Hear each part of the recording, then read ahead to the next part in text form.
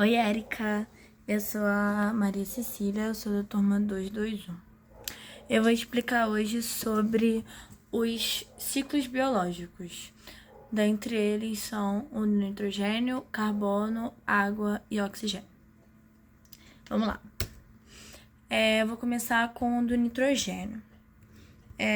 O nitrogênio, no ciclo do nitrogênio, a gente tem 4 etapas, que são a fixação, a amonificação, a nitrificação e a desnitrificação. Na fixação, o que ajuda são as bactérias fixadoras de N2, que transformam N2 em NH3. Já logo depois, a gente tem a amonificação, que é a transformação de amônia em NH3. E depois a gente tem a nitrificação, que aí transforma o NH3 em nitrito. E depois a gente também tem as bactérias nitrificantes, que transformam o nitrito em nitrato. E depois que é transformado em nitrato, ele tem duas opções. Ou ele vai para as plantas, ou ele tem a bactéria que desnitrifica e volta pro N2, que é o nitrogênio. Eu vou colocar uma imagem aí do ciclo do nitrogênio. O ciclo da água. Eu acho que dentre os quatro é o mais fácil. Porque é o que a gente aprende quando a gente é criança, né? Tem a água lá, evapora, tem o movimento das nuvens, condensa e precipita. Não tem nada muito de complexo nesse ciclo. Só uma coisa que é muito interessante, uma curiosidade, é que caso a água esteja poluída e fique fazendo esse ciclo, a água vai continuar poluída, porque é um ciclo. A água vai continuar ali, a água não vai parar de existir, mas a água vai continuar sendo poluída porque ela vai continuar num ciclo e ela vai subir, vai descer e vai continuar poluída. E uma das coisas que muita gente fala é que a água doce vai acabar. Não, a água doce não vai acabar. A água doce vai acabar para consumo. São coisas diferentes.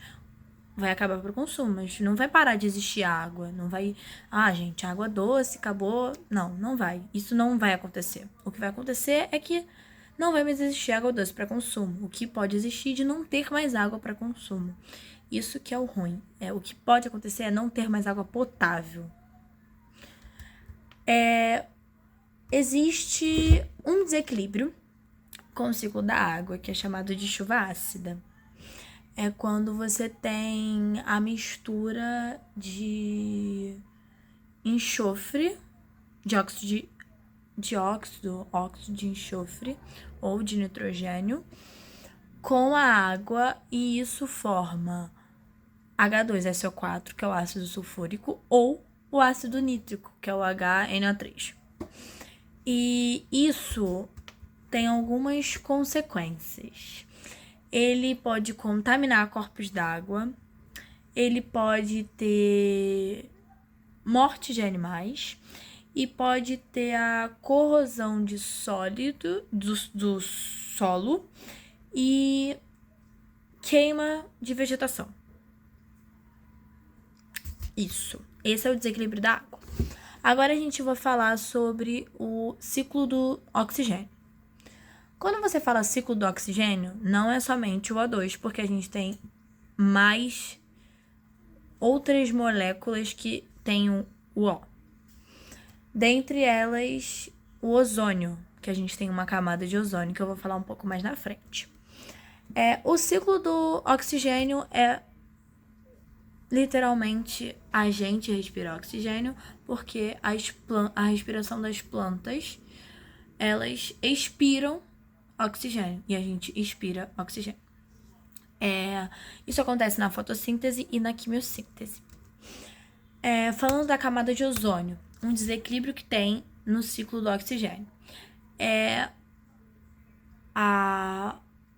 o buraco na camada de ozônio, que é causado por liberação de gases que fazem mal à camada de ozônio. E um deles, que acontece há muito tempo, é a liberação, que hoje em dia não existe mais, mas antigamente existia, que era a liberação de CF6, clorofluorcarbonetos, que existiam nos desodorantes de antigamente. O ciclo do carbono, também como o oxigênio, não é só o CO2, porque também existe o CH4, que é o metano. O ciclo do carbono é mais ou menos o ao contrário do ciclo do oxigênio, porque a gente expira carbono e as plantas inspiram carbono para fazer a fotossíntese. E a gente tem um elemento em especial, que é o CH4, que é o metano. E ele acaba afetando também no desequilíbrio do ciclo do oxigênio, porque ele também ajuda a fazer buracos na camada de ozônio. E com isso, como que ele é liberado? Ele pode ser liberado na decomposição de lixo,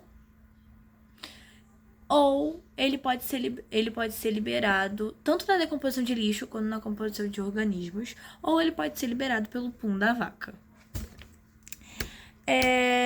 Um desequilíbrio que tem com o ciclo do carbono é o efeito estufa intensificado, porque o efeito estufa não intensificado, ele é natural, ele sempre teve, se não tivesse intensificado, ele ia continuar tendo.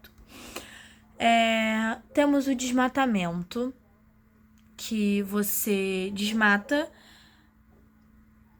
você libera carbono, porque as árvores consomem carbono, então quando você desmata ali, você está liberando carbono para a atmosfera. As queimadas, que é quando você faz a liberação de CO2 para a atmosfera.